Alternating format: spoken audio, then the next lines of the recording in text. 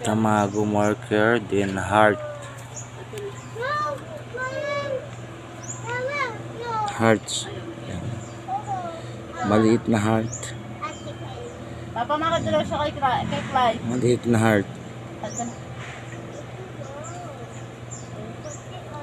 Maliit na heart.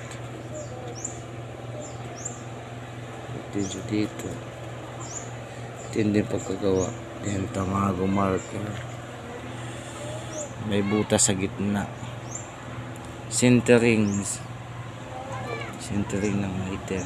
May dinadala siya sa ilalim na 3 items. 1, 2, 3. So maliit. Confirms sa dimension ng Japanese one. 3 items. Ito hard talaga. Hindi. Kokoro means well under.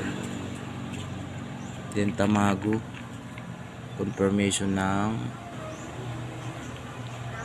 spot, Eric under din.